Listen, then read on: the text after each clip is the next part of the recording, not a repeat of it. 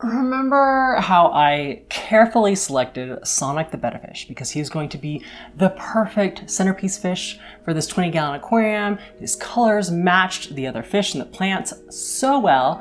And then, of course, he was ultra cranky and couldn't get along with any of his roommates, so he developed fin rot from the stress of it, which is fine. I put him in the quarantine tub and built him a beautiful bachelor pad, which he's supposed to live happily ever after for the rest of his life, right? Yeah, I screwed up.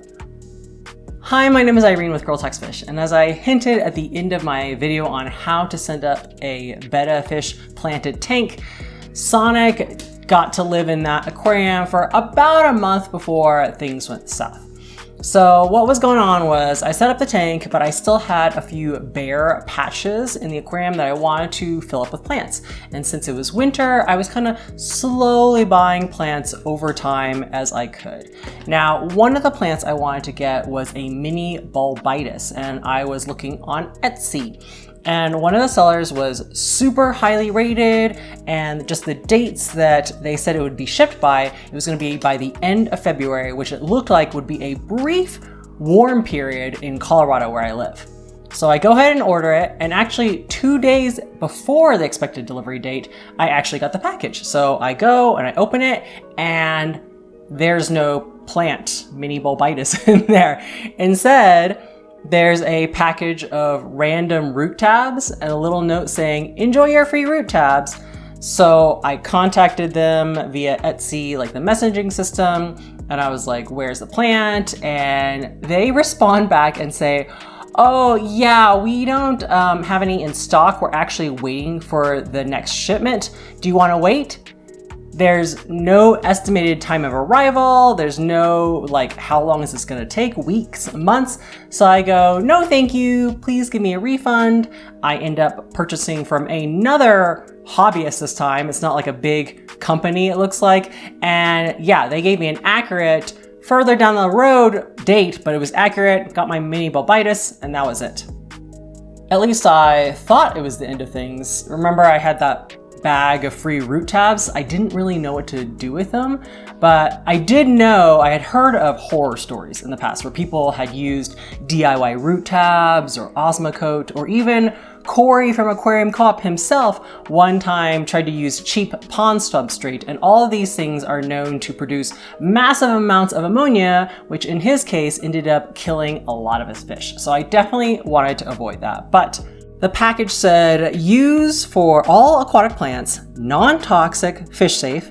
The ingredients are nitrogen, phosphate, and potassium. And then there's a picture of SPI or lamb chopra spores with aquarium plants in the background. So since I didn't want to waste them or throw them out, on March 13th, I decided to cautiously put in 2 root tabs just in case they were poisonous.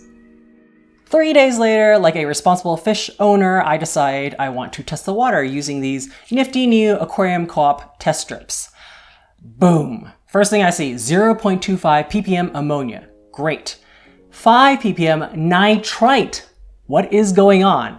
I freak out and I start doing 2 100% water changes back to back, furiously gravel vacuuming in that entire corner where the root tabs were until the ammonia and the nitrite went back down to 0 ppm. However, I noticed that Eggman, the nerite snail, wasn't moving at all, which, you know, sometimes happens with nerite snails, but I was concerned. So thank God I thought of the idea to move both animals, both Sonic and Eggman, out of that poisoned tank basically at this point into a quarantine tub until I could figure out this mess. Over the course of the next week, I did, I think, 13 100% water changes to no avail. Like, the parameters basically never dropped. And I think on the 13th water change I did afterwards, I measured it again and it was maxed out at 10 ppm nitrite, and then had, I think, 100 ppm nitrate, which was ridiculous. The plants were absolutely a mess because I kept doing these crazy water changes, so the water parameters were constantly fluctuating. The new wisteria I had planted was getting uprooted all the time, so it was melting back, it was unhappy. I obviously wasn't adding fertilizer like normal, so yeah, they definitely suffered from this experience. I think the reason why the parameters kept going up and up and up, even though I kept gravel vacuuming in that area where the root tabs were, so they should have been all gone, is because I was using Eco Complete substrate, which has a high CEC value. That is basically the ability for a substrate or a material to absorb nutrients. And it was, I think it just absorbed all those nutrients from those root tabs, and it was toxic and pretty much unusable at this point. So I made the hard decision to completely tear down this tank, replace all the substrate with brand new stuff, and then replant everything.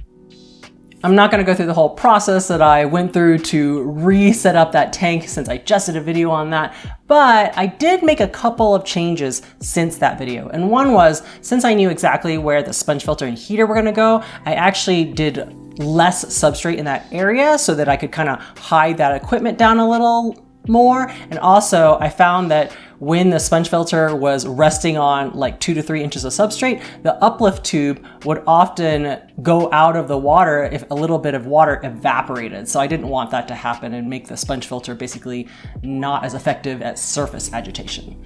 The other thing I did was, since I knew where the plants were gonna go, I didn't put root tabs everywhere in the substrate, and I only put them, the safe aquarium co-op type of root tabs, I only put them in the kind of mostly left side of the tank.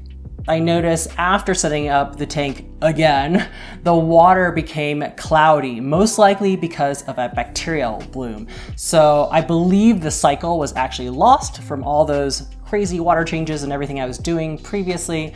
So thankfully the animals were still in quarantine. For the first week, I did 100% water changes every single day. Then I waited several days without doing any water changes, saw that there was no traces of ammonia or nitrite, so I knew that the cycle was finally complete again. On moving day, I did another partial water change, added some fertilizers and extra minerals into the water because I have soft water, and then added Eggman, the airite snail, as well as Sonic the Betta fish, so that they can finally be back home. And they've been living there safely and happily for about a month now. Lesson learned, saving money is not everything. Never, never, never again will I ever use free, untrusted root tabs that have no reviews at all. You know, I like to save money and I also didn't want to waste them, but when it comes to my fish's lives, I don't want to put that at stake again. Another thing to remember is that buying online from people on Etsy or eBay is the wild, wild west. If you can, I think from now on, I'm just gonna spend, again, the extra money to go with a trusted company rather than some shady company that sends me free root tabs because they wanna trick the Etsy rating system into thinking, oh, they always ship things on time or earlier. Come on, integrity, people. If you have watched all the way to the end, you are a super fan, so you might want to consider becoming a member. If you had been a member, you would have known right when this all happened and gotten my genuine reaction that I posted on a members only community post. Take time to enjoy your aquariums, and I'll see you in the next video.